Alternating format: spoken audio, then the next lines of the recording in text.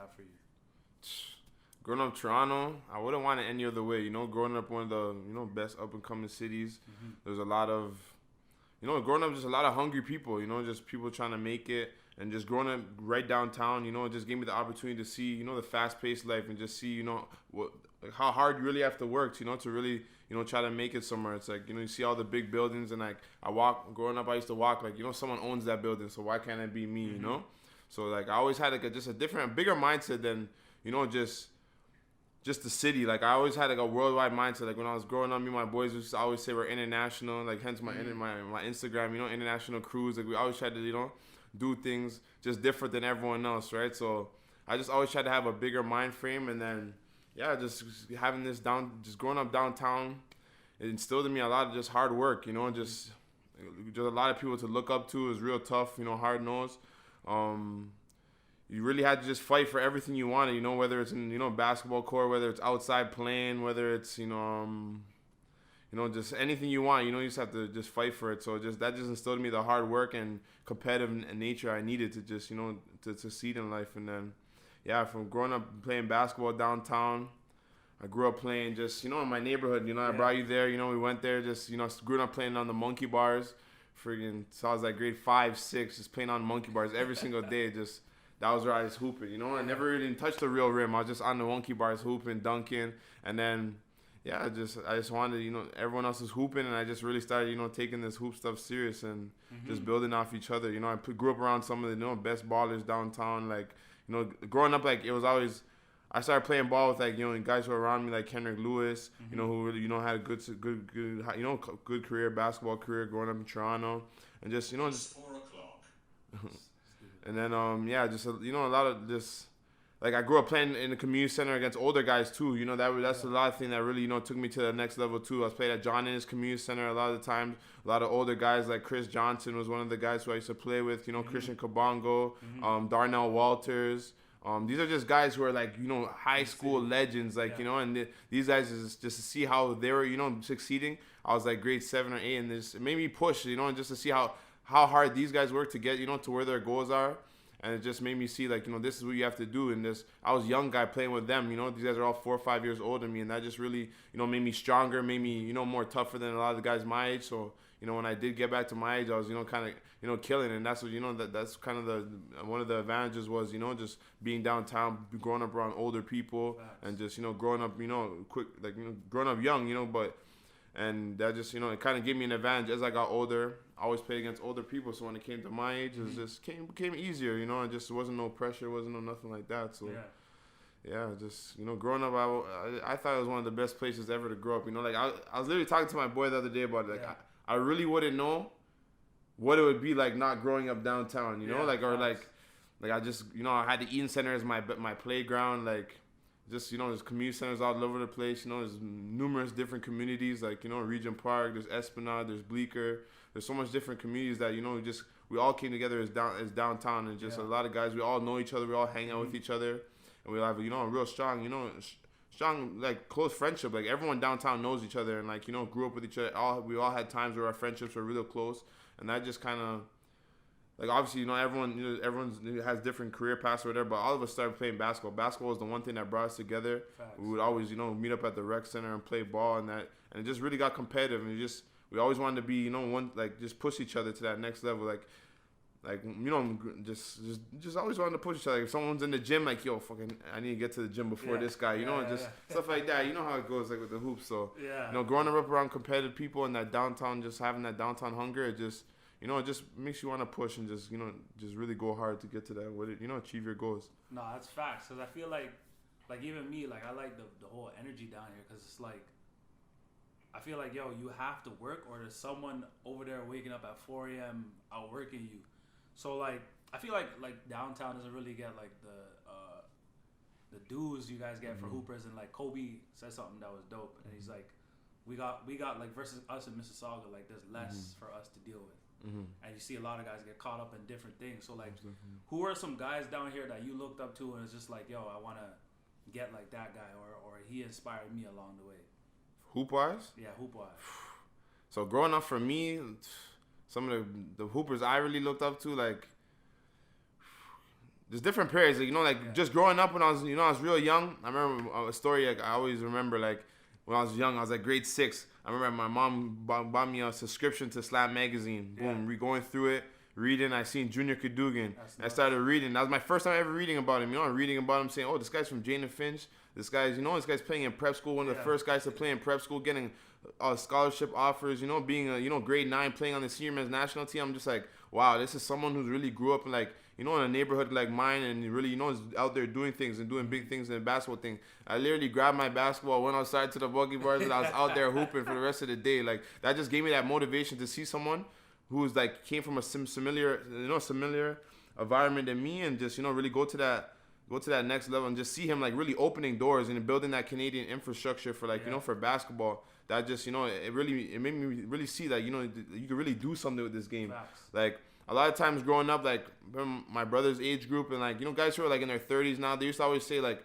yeah, I wish I would have kept playing ball, but it's like, but we didn't have the opportunities like you, but it really didn't. It's like, there was no one really going playing D1. There was no one really, like, you know, going to that next level. They didn't have all the roots. They didn't have AAU. They didn't have all these things that we had, you know, and we can't take these things for granted. And now we have opportunities where, like, you know, coaches are coming here to Canada. Like, before, like, obviously YouTube opened up big doors, but, you know, just now there's just so much opportunity for us, you know, to really get to that next level, and just to see the guys that started, you know, those are the guys, like, one of the guys who, you know, I was lucky I became one of my, you know, big bros with my teammate last summer, you know, but yeah, just someone I really looked up to, that I can never forget that story. Another guy was, you know, Michael Bongo. Just seeing him as another guy who was, you know, Toronto legend, like, hooping in Toronto, just like, he's still doing it to this day, you know, doing this thing with the music industry. We're just, you know, whether it's on the basketball court or not, I think like being downtown and, like, having the city environment, we went through tough things, but it really instilled in us the work ethic, instilled in us the mindset, the environment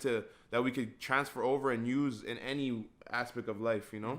Like, that's a lot of things that, you know, that we're just, you know, being blessed with playing a game like basketball, where it takes us discipline, hard work, focus. Like, these are things that instills in us that we could take to, you know, the next, just go to do in any aspect of life, you know. So, you know, I'm, you know, see him doing, you know, big up him doing his music thing, and then just like Michael Bongo was one of the main guys, you know. I met him at a young age playing. He played at John Innes Community Center too, and it was just, we played citywide, and he was just he's just a guy, you know, you see him on the court and just doing magical things with the ball, you know, and he just became, you know, someone who I used to always talk to and be a mentor. You know, he became one of my mentors. We train all the time, and I can never forget this guy.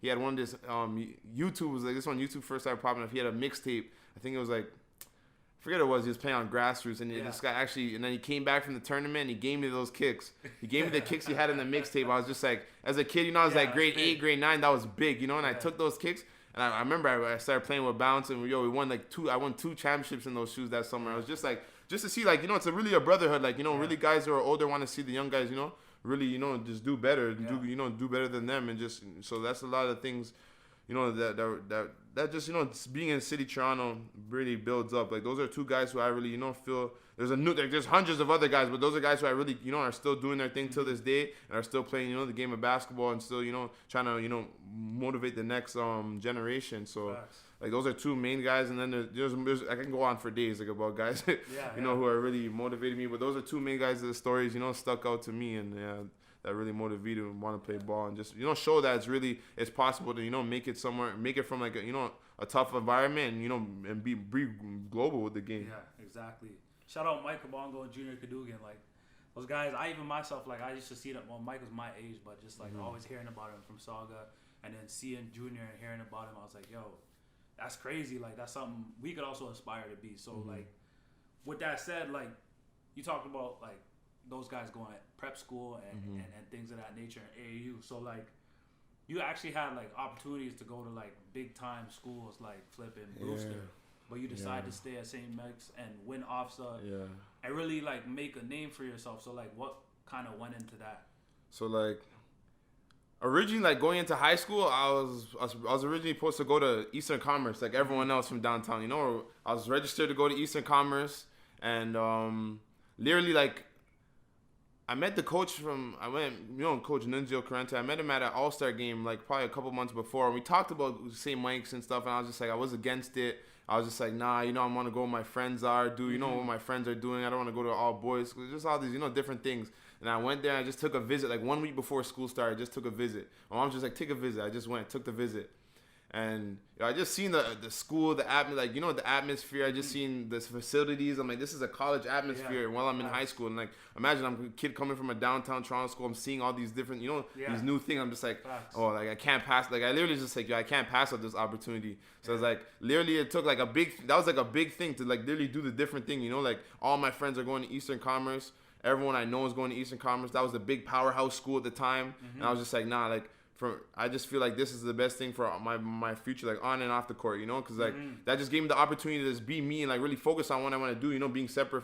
Sometimes elevation takes separation, just separating from my friends, and that just gave me the time to really focus and refocus and just be figure out what I want to do in my life and just really focus on those things. And I just took that opportunity, went to St. Mike's, and it was tough at the beginning, getting obviously adjusted to that, but going from there, just St. Mike's, I didn't, grade 10 is when it really started to come, probably the prep schools started coming in grade 10, 11. I had an opportunity to go, Huntington Prep, St. Bonaventure. I was just like, at the time, everyone was going to prep school, everyone, like pretty much everyone we know was going to prep school at that time, 2009 to like 2014, 15 times. So I just felt like the best situation for me was to stay out. Me and Dwayne Notice were there. We had a good, good backcourt, like the number one backcourt in the nation at the one time, we're considered by. So it was just like, I'm literally going to a prep school in Toronto already, So it was just like, well, why am I going to leave here, all my family and stuff? Well, I'm already, like before my time, before I have to, right? So it just felt like, I had the education part, I had the basketball part. Like, I was already focused and doing what I wanted to do. I feel like I was getting, good enough interest from, a lot of the schools and from the AAU I was playing. So I was just like, nah, I just turned that down and literally stayed here. I'm like, nah, I'm going to build up, St. Mike's. We're going to, like, win a championship here. Like, that was my mindset when I first went to the school. So I just, I just wanted to stick through with that. And, and then, I just ended up staying and just turned those offers down. I still, keep good relationship with those coaches, shout out Coach Rob, because, he brought me to the University of Akron later on. But, just pretty much, I ended up staying in St. Mike's. We ended up getting a bronze my junior year, me and Dwayne. And then my senior year is when, we won the officer championship 2013. I actually stayed here, accomplished what I wanted to do. And I just felt like there was no need to go anywhere. After that, handling business here, I was playing AAU in the summer with Bounce. We're winning tournaments. We're going into the finals, semifinals, and all these tournaments. We're playing against all these top teams. There was Carabana Classic this summertime. That was a great, great platform at the time. Just, like tons of college coaches. That was the first like atmosphere I was really in where, you're just there and just hundreds of college coaches, that was crazy. But so I felt like it was the best thing here. I accomplished my goal. And then from there, it was just, I had another opportunity to go prep school for my 5th year, actually. After I was going to go to I was talking about going to Brewster. Everything was set up, but I was just like, let me just, try to go straight to university. I just had dealt with some injuries my senior year. I was just like, I think the best thing for me, I already have I already graduated. I'm like, let me go get, let me just go to university. So, I got a scholarship to go to Oregon State University. And I just felt like, I just turned down prep school again to just, just reclass and just go straight at it. I felt like I was, ready, physically, mentally to just, go to that university level. And I took that scholarship to Oregon State, and, I wouldn't change it for nothing. It was, it was a great, I learned so much, with that opportunity that, I felt like I made the right decision always. That's dope. Because like, I feel like we spoke about it before too. Like, you're like, okay, there's different decisions and different outlets that people, if you want to get to the league, okay, I could have done this or done that. Yeah. So I can be on that level. But you still went there, and in your second year, you averaged 18 a game. And like, going to a school like where legendary guys like Gary Payton came from and made it to the league, like what went into the decision choosing Oregon State? So when I decided to reclass, I pretty much went to all the schools that were recruiting me, and I was just like, I wanted to go this year. A lot of them didn't have scholarships left, and just like so I came down to like Oregon State, Iowa, and I think and Lehigh, and I was just like, at the time, just going through the two. Iowa, they had their starting point guard was a freshman. It didn't make sense to go there. And then Oregon State, the coach was Michelle Bauman's brother. He just, I met him. It was just a great atmosphere. Yeah. So met him, and that opportunity was just like, and a lot of the guys were seniors. Like a majority of the team was seniors my freshman year, half the team. So I was like, okay, let me just come here. I can learn from all my seniors. Learn from these guys who are, who've been playing, in the league. There was a guy like Roberto Nelson. He led the league in scoring for 2 years, and and led the Pac-12 in scoring. So I was like, let me just take this year. I can go here, learn from a good coach, like a good coach, well-respected guy, and then I can go, I can learn from all these seniors who are, who are doing big things in the league, and then my sophomore year I'll have the opportunity to really blow up and really take over. So I just felt like it was just the right fit for me, and I went there for a visit.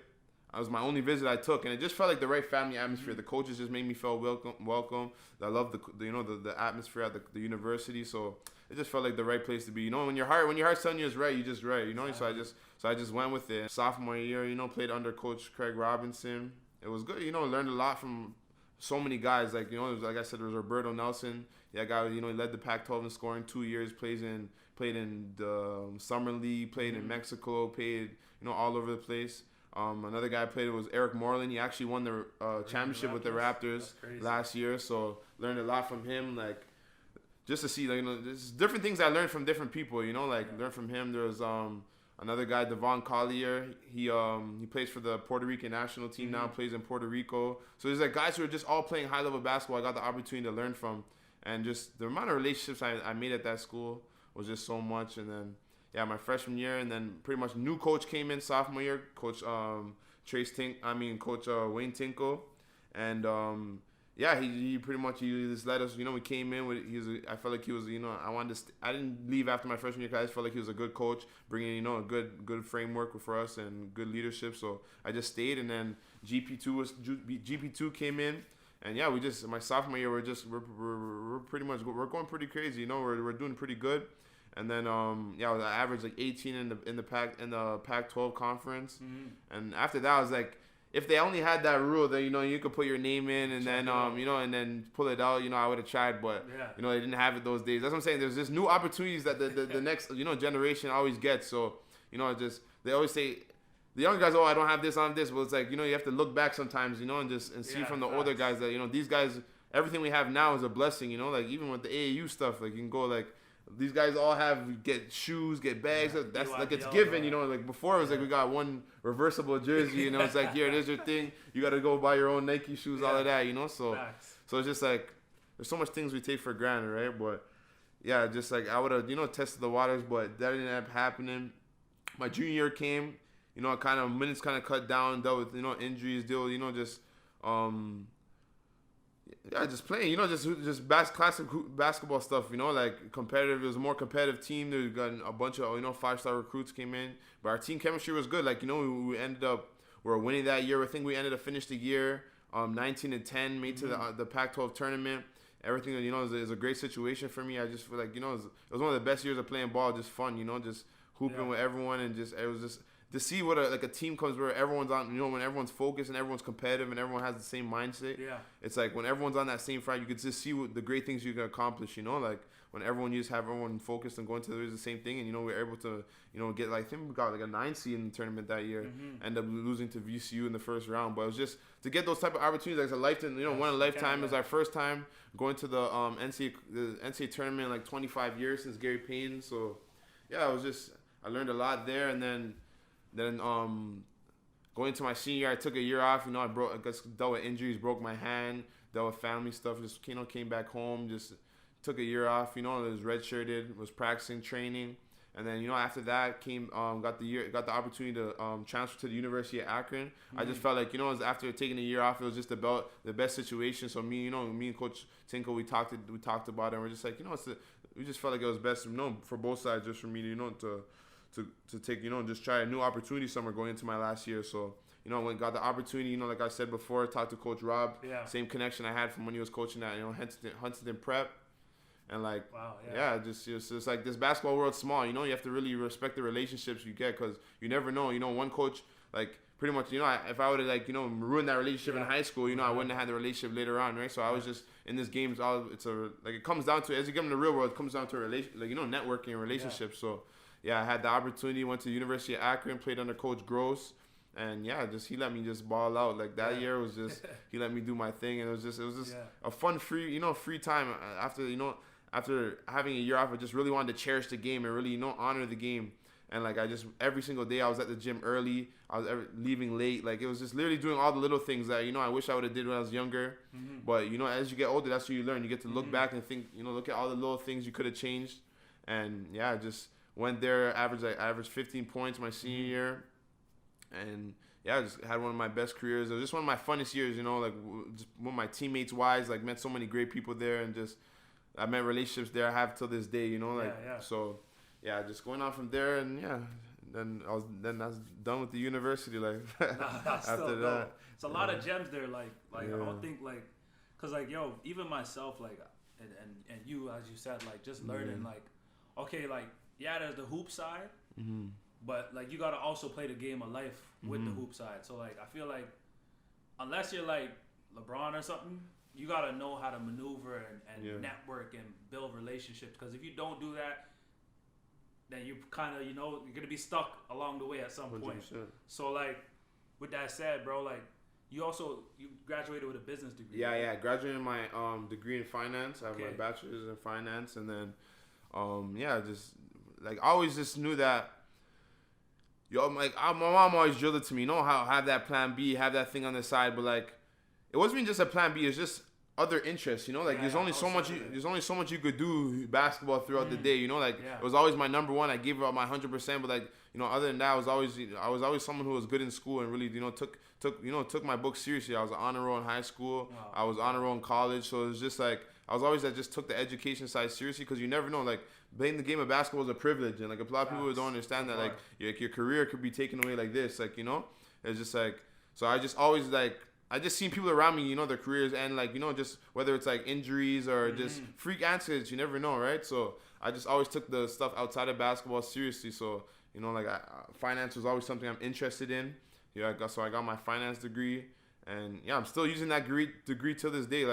Just got my license to become a mortgage agent. That's dope, bro. So it's I was always trying to build something outside of basketball. It's basketball is always my focus, but I just always wanted to have that plan B and just build it during the same time. It's why am I gonna wait till the game's done? And it's I'm gonna be behind the game. I might as well have my plan now, so I can start building my networks. While I still have my while I'm still playing basketball, I'm still using it as a vehicle to gain my networking, gain new relationships, gain different things while I'm still so I'm building that thing after basketball while I'm still working at basketball. So it's things are intertwined, right? And so just like I said before, it's the game brings you so much different things, and you have to use it as a vehicle to push your life forward. A lot of the guys think it's just because make it to the NBA and that's it, that's the be and end all. No, there's guys who there's so much. It's basketball. There's so much different things and different jobs that revolve around the game of basketball. There's trainers, there's video guys, there's coaches, there's there's so much different things. There's guys who money managers, there's agents, there's so much ways to be around the basketball if you love the game without being directly doing the game. And it's just and the game just instills in you so much so much skills, and it gives you so much opportunities to try to grow things more than basketball and do bigger things than just playing the game, right? The game is a platform for us and is a vehicle for us to do other things and maneuver. So it's if you don't make the NBA, it's okay, now I could take my relationships I used or take a this person I learned or this skill I learned and move it to the next thing. People don't understand just waking up and working out 6 a.m. that's a skill in itself. Not regular people can't do that. Yeah. So you already have one up on a regular person who works their everyday job, that you can wake up, go work at 6 a.m. and then go to work. It's now you're getting your workout in before everyone else at work is. It's just little things. It's just having that competitive nature in whatever whatever sector you're in. You could take that mindset and flip it over. It's you could do that while you're still playing basketball. So then after you're done playing basketball, it's there's not that transition period. What am I gonna do? It's just some guys, they just flow right into the next things because they're using basketball as a vehicle while they were still playing to build that and continue their plan on. And it's just having that that plan 5-10 years down the line. Instead of just thinking the next 3 to 5 years. That's dope because I know even with myself, and I see it with a lot of other guys too. Mm-hmm. We're just out here just hooping and we're not thinking about life after basketball. Mm-hmm. But the dope thing about you is that you got that finance degree, you got a mortgage job. Mm-hmm. So like the young kids who may see this, like they can see that the game is bigger than just like the NBA. You know what I mean? Mm-hmm. So like now out of college, right? You went overseas. Yeah, well, out of college, got my first job to play in Israel, second division. Played for what was it, Hapoel Gilead Elion. It was in the northern Israel, and I was out there for like 2 months. Went training camp, and I did the whole preseason, and it was just hoopers. Like when you go overseas, it's like you gotta just go there and be the man, complete man. Like don't be on your Kobe mentality, kill everything. Like I didn't really like my agent didn't really give me that go ahead. So I was just going there playing good basketball. I was averaging like 12 points, 4 rebounds, 5. Like just in my first 4 games pro, I was like I'm just getting my flow. Had a 20-point game, had a a 10-point game, up and down. But nah, like when you go overseas, describe that. I'm gonna let you know right from now. Go there and be Kobe Bryant. You ever like that's the moment everyone's been waiting for. When you first go overseas, be the guy. Like take your 20 shots, 25 shots, play good basketball if it's there. But like you gotta be. That's what they're paying you to do. When you go in there, they're paying you to be the franchise guy. And I didn't really have that mindset. I was so used to playing system basketball from college and doing like just playing under structured basketball and stuff like this. Playing good basketball. I've always just played good basketball. I'm not saying it's not good basketball. Like you just definitely have to be more aggressive, and they're paying you to be that franchise guy. And I didn't really have that mindset going in. So I got cut. It's it's first time getting cut is a part of the game. Literally everyone who plays overseas basketball has got cut. And it's pretty much it's just a learning experience. You start to learn more the business side of the game. It's like, and it really wasn't me in that I wasn't playing well. It was a high pressure season for them. There was a high pressure season, and they we finished preseason like 2-2. So it was like, okay, it's a high pressure season. We're finishing 2-2. We have we have a rookie. We're putting on a rookie, and then an all-star a former all-star in the league got available for the same for the same price I was getting. So it's just they had to do it. Just a business decision, And it's like that's when you really start to see like, yo, this game is more like college is like, everything's set up for you. It's like you can play the game, but you don't really get to see the business side. Like the business side is just handled for you. Like it's like all the behind the scenes stuff. But like when it comes to pro, you get to see the business side up front. Like, okay, we're paying this guy this much. You got to pay him this much, and like this is different things. You get to understand the other part of the game. That's more than just playing the game well. You have to like you have to. It's like there's the contractual stuff that goes behind it too, and it's the business side of it. And then, like, once you learn the business side, too, it makes you respect the game more. And, like, how hard you have to work and how hard it is to just even get a pro contract. Like, it's not as easy as people think, So, there's guys who have successful contracts overseas, 5-10 years, careers. Like, I salute them. Like, that's a hard thing to do, to find somewhere overseas. And I find a home overseas and play there and sign for a long term. Like, that's a hard thing to do. You see guys overseas bouncing around a lot. So, yeah. So, after that, came back. Played in the NBL 2 years. Played Halifax Hurricanes for 1 full season my rookie year. Made the all rookie team in that league. Then after that, played half a season in Sudbury for the Sudbury 5. It got cut short because some teams dropped out the league, and then COVID happened. So it was only ended up playing like 10 to like 15 games or something like that.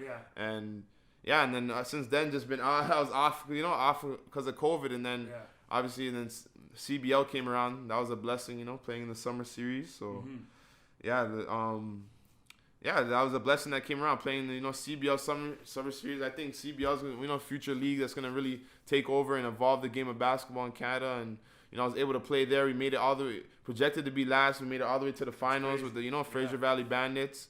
And I won MVP of my team, defense player of my team, and so just since then just signed back there to play again. For this summer, it's gonna be a 14-game season. So I'm just grinding for that right now. Just that's the next step up for my pro basketball career, and I'm just grinding towards that. Bro, that's dope, man. Like I think Canadian, like you said, the CBL is like really stepping it up. So shout out to guys like Mike Morales, like really just putting on a great league. So like you're really like carved a niche for yourself in that little bit of time as far as defensive player of the year, MVP, and all those things of your team. Like, and now you're becoming a mortgage broker as well. Like, what goes into your mindset of like accomplishing everything? Like, just goal oriented. Like in this, like I realize in life, like like having a plan is better than having no plan, you know. So like I always would have them just make a plan and just try to, you know, just keep working at it every single day. And that's what, you know, like even though COVID happened, it's like, okay, I'm gonna use this time. That was kind of a time to set back and really reevaluate, like, what's the main things I want to do in my life. Like, where's my life right now and where I want to be, and like what can I do now to like help me get to where I want to be. Like, I just used that time. So like over the past year, just been like using my trying to elevate, you know, because I realized that, you know, you when you like you don't get the blessings you want until you're ready to receive them, you know. So I was just, you know, I started redoing my habits, you know, working out every day, reading, just trying to do different things to just trying to build myself, you know, build value on myself, you know, working out just training in basketball. And then I was just thinking of ways, like, you know, I have goals bigger than basketball. Like, okay, right now basketball is paying me this much money. And I was like, okay, I still want to achieve this. I want to buy a home. I want to do this. You know, it's just like, it's okay. I have all this other time. If I'm only playing basketball, whatever, 6 months out of the year, I have all this other time. You know, instead of just like sitting around, you know, like, I was like, what can I do to try to, you know, elevate my, you know, try to achieve my goals, like one way or another. Like, I always had that mindset of like, you want it, you're gonna find a way to get it. And so I just that's how I just think. So it's like, I just, you know, I have my goals, my plan, and I just work at it. I just find different things that I interest, different passions I want to go at, and just, you know, I just work at it every day, like. Yeah. And just every day, just waking up motivated to do something. And it's like, whether it's like you wake up and read a book, or whether you wake up and, you know, just study something new, something you passion you're interested in. And from there, it's just going to start spiraling. You're going to start making a plan. Okay, oh, I like this passion. Oh, this is the way I could, you know, monetize this passion to, you know, like me, my passion was like finance. But okay, how can I finance them? Okay, I want to buy homes. I'm really interested, you know, start investing in homes. So like, what's a way I can, you know, incorporating my financial background, my, you know, interest in homes, and well, also like using my network as a kid, become a mortgage agent, you know, like help people get qualified for homes, help while I'm like using my basketball network, help, you know, guys who are interested, you know, getting investment properties and so forth. So I was like, is this, you know, I was just looking at different ways and brainstorming how can I do it and making a plan, and then just, you know, then after that it's just work, just putting your head down and working. So like, I was always never someone who was shy of work, and like I feel like that's why I still get the opportunities I do in the game of basketball, because I always respected the game. Like I always came, like, you know, I always came to work. Like that's always you can guarantee me. Even if I go play in the game and my shot's not going, like I'm going 0 for 4, 0 for whatever, 0 for 10. Like the coach knows he has to keep me in the game because I'm gonna work. I'm gonna do other things, and like I'm gonna work. Like it was rebounding, defense, like just, you know, whatever, talk for the whole possession. It's just doing things. Like I never looked at, like, I always looked at the other way. Like, I never really looked for excuses. I looked at the way, how can I do this? Like, how can I make it happen? How can coach keep me on the court? How can I, like, you know, it's just flipping your mindset. Everything just comes with your mindset, right? That's just flipping the way you perceive something, and it could just change everything. It's a lot of game right there. Like, because a lot of people, especially athletes, young kids, whatever, they're growing up or they're in these situations that are unfavorable. So it's like you said, it's all perception that really shapes how you tackle the problem, which is a dope thing that, you know, a dope skill to have. Yeah. So like, I see a lot of things, you know, a lot of pictures with your mom. I see you guys are really close knit. Like how much does she play a role in you getting to where you are today? Mom played all the role, you know. She's the real MVP, you know, for real. Like since I was a little kid, she was always, you know, drive me to every basketball practice. Literally, I had basketball practice Scarborough when I first started playing. Scarborough Blues, she was driving me there back and forth. Yeah. I lived downtown Toronto. She was driving me. Then when I started playing for Bounce, we had practice at Malton.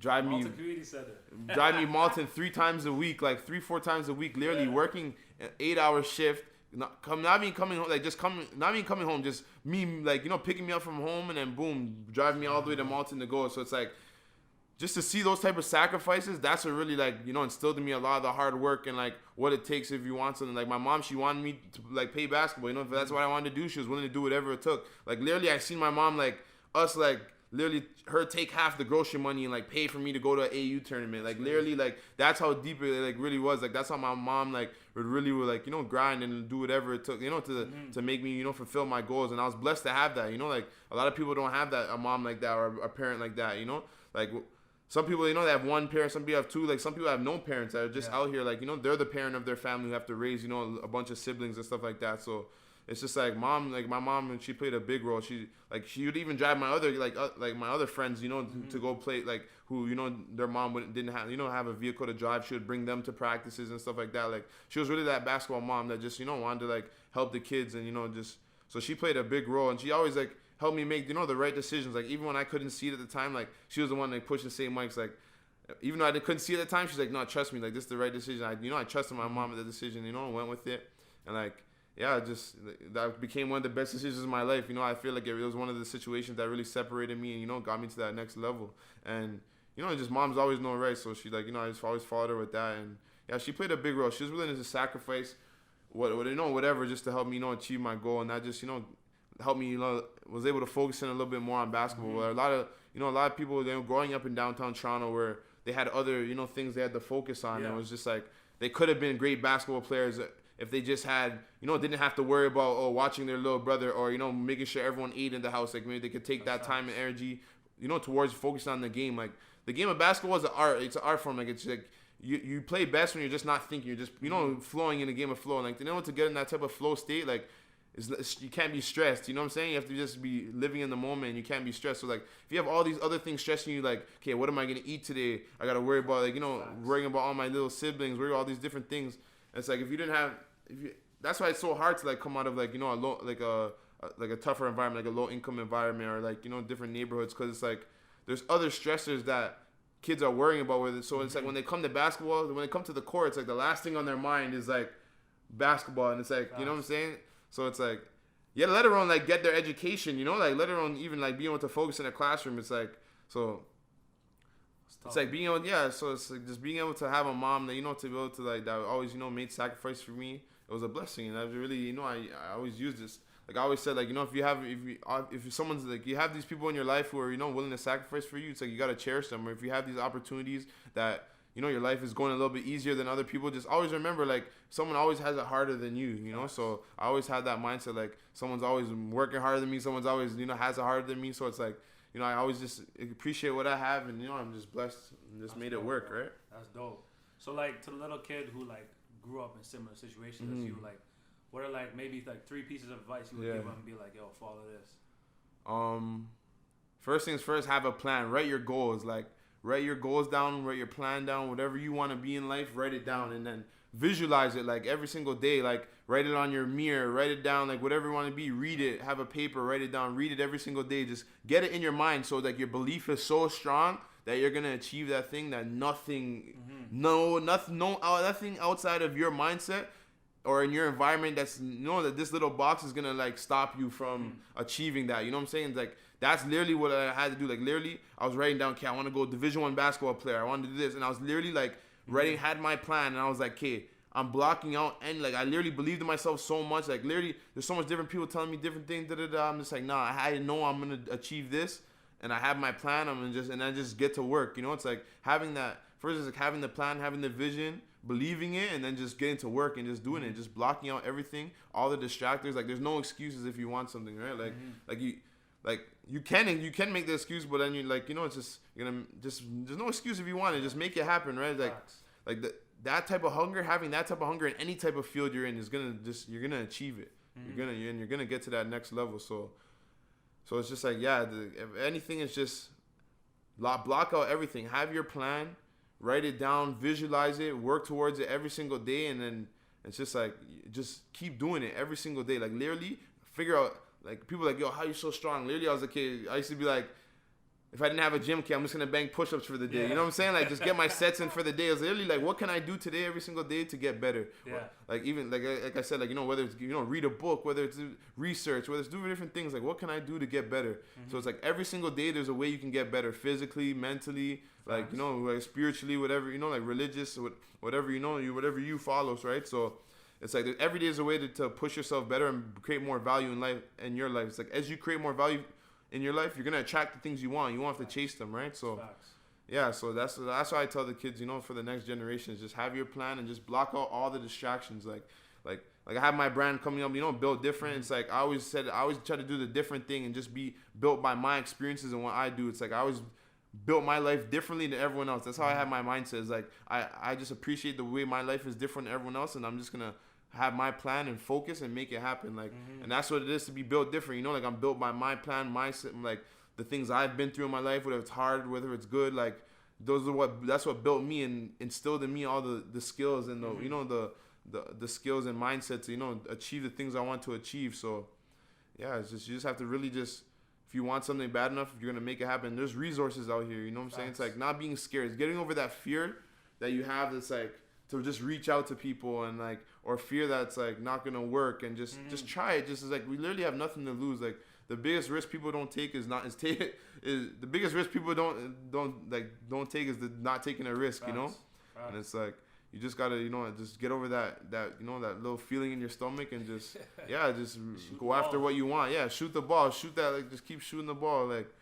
and yeah, you're gonna be successful in life if you have that like unwitting belief in yourself and you in your plan and what you want to achieve, and there's like, and you have that vision and you just lock in on that, like you're gonna figure out a way, like one way or another. You're gonna figure out a way, and it's gonna build you like so strong that like when you do get what you finally, like, there's gonna be so much, you know, people think success is straight, like, nah, there's gonna be so much ups and downs, so much things you're gonna go through, and you're just gonna keep going because you believe that you're gonna get there so much.